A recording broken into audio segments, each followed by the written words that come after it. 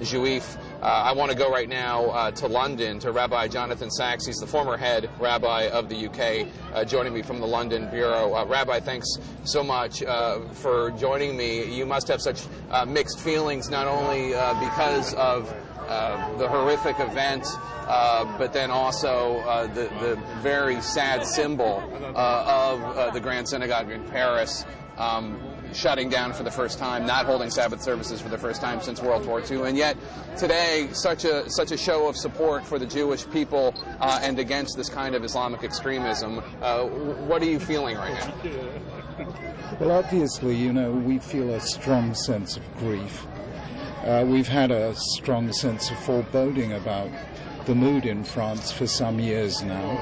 But at the same time, this is an extraordinary display of human solidarity. And I think those signs, saying "Je suis juif," that sign of identification with our community, indeed with all the victims of this violence, is an enormously reassuring and an important symbol, and one that will leave a very positive mark. Rabbi, the kind of anti-Semitism that we've seen not just in the last week in France, in Paris, but also there was a shooting at the Jewish Museum in Belgium last year. There have been other incidents throughout Europe. I'm sure very troubling, not just to you, but to everyone around the world, or everyone who cares about this issue, about human rights.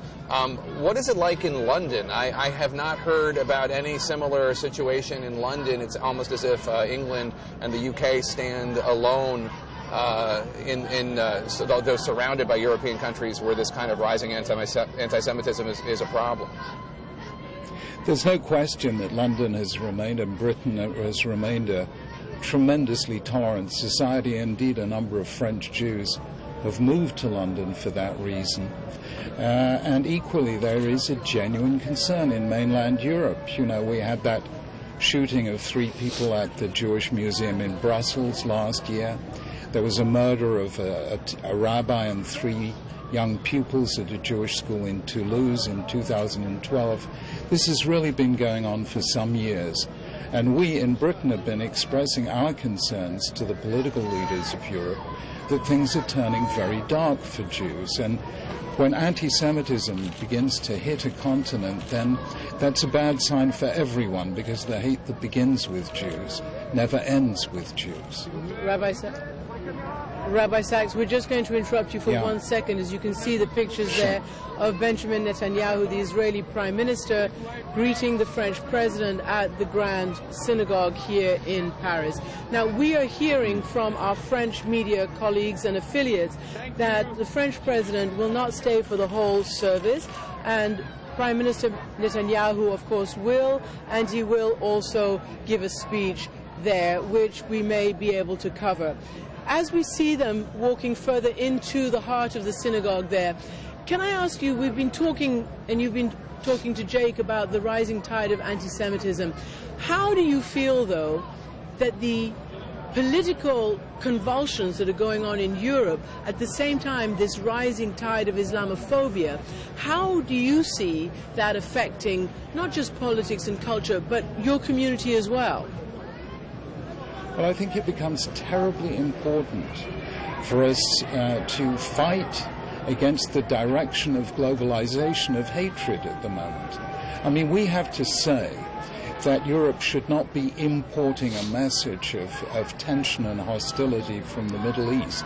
It should be exporting a message of coexistence from Europe to the Middle East. The fact is that one of the really heartwarming stories in this very tragic episode was the fact that it was a Muslim employee at the kosher store who saved many of the Jews who were being held as hostage. So there's some very good news here as well. Rabbi, the Prime Minister of Israel, Benjamin Netanyahu, is walking into the Grand Synagogue in Paris right now. There are a lot of cheers. Obviously a very warm welcome for him.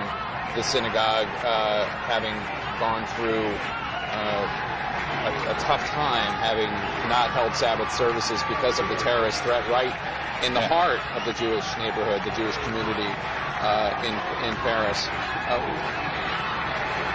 What should Netanyahu say to the crowd today? What do you want to hear him say?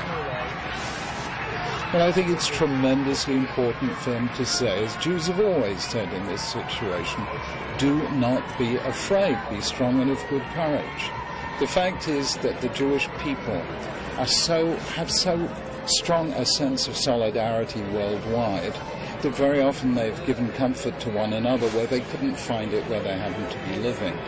And right now they're being joined with a vast throng of the French public who are saying, we are with you. I think this is a time for courage, for real standing firm in faith. And I hope that is the message that he'll deliver. Of course, the fact that there is a state of Israel means that every Jew in the world knows that there is somewhere to go to if need be. But we certainly hope that will not be necessary in the case of France or any other European country. You say that, and you say that at a time when the Prime Minister Netanyahu there actually said, to the Jews of France, don't forget, Israel is your refuge. And we've seen and we've been reporting, quite extensively on the huge spike in the number of French Jews who've moved and have gone. You just mentioned to England because of the tolerance there. Others have gone back to Israel. What would you suggest, though, to French Jews today? To stay? I'd be very blunt, Christiane. If France lost its Jewish community, it would have lost its soul. France exists because it was the first country in Europe to have a revolution and declare in 1789 that all human beings are born and remain equal in rights. France carries the banner of liberty, and if it cannot guarantee that liberty to Jews and to others, then it isn't France anymore. So I think it is not only in the interest of Jews to stay firm, it is very much in the interest of the whole of France and the whole of Europe. Europe must not become a place where it's unsafe to be a Jew, or where it's unsafe to be anyone, frankly. We're being told right now that now playing at the synagogue is the song Jerusalem is Gold, written during the Six-Day War in 1967. We're going to bring you sound from this event as soon as we can. And you mentioned, Rabbi Sachs, the unique character of this country and what the revolution in the 1700s brought to this country and to the world, and to try to create and to accept all people as equal. And of course that echoed by the French Prime Minister today and over the weekend, who addressed this very issue, that France would not be France without its Jewish population, and that anti-Semitism has no place here. Do you think this new generation of politicians can do something to make Jews feel reassured here? Well, I think a much further, stronger stand against radical religious and political extremism is called for. The fact is that extremist preachers have been able to function more or less unhindered for many years. They have radicalized others. I know some of it has happened outside of Europe, but some of it has happened inside as well. This kind of extremism can no longer be tolerated because we've seen the cost in human lives. I think France has to get really tough with anything remotely resembling anti-Semitism and anything else that comes under the threat to basic human freedoms. And Rabbi, this is not a but, and I want to ask you this question because it's an important question, and if you've talked a lot about it, the rapprochement and the need for a peace settlement between the Israelis and the Palestinians. Today we have the leaders of both nations here in this unity march, and as you know, that whole situation is still festering. The whole of Europe, the United States, everybody wants to see a two-state solution as a possible, departure point for more peace and unity in the world. What is your view on that right now? Christian, I once asked a Jordanian politician, a very senior politician, what will bring Israel and the Palestinians, Jews and Muslims, together? And he said to me, our shared tears. We both know what it is to suffer. We both know what it is to lose people to violence.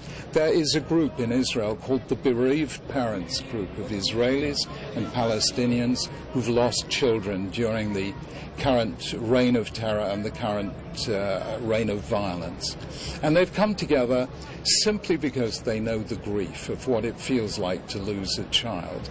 I think moments like this, when the whole of Europe really is coming together in Paris to affirm our shared humanity in the face of grief, is a moment, a window of opportunity that might just open hearts and minds to one another between Israel and the Palestinians. One can only hope. Jews have been pretty good over history at rescuing a blessing from what seemed to be a curse. And if this moment has made a deep impression on both Prime Minister Netanyahu and Palestinian leader Mahmoud Abbas, who knows? At any rate, Jews always know, always expect the unexpected, and somehow or other we know that good things can come out of tragic ones.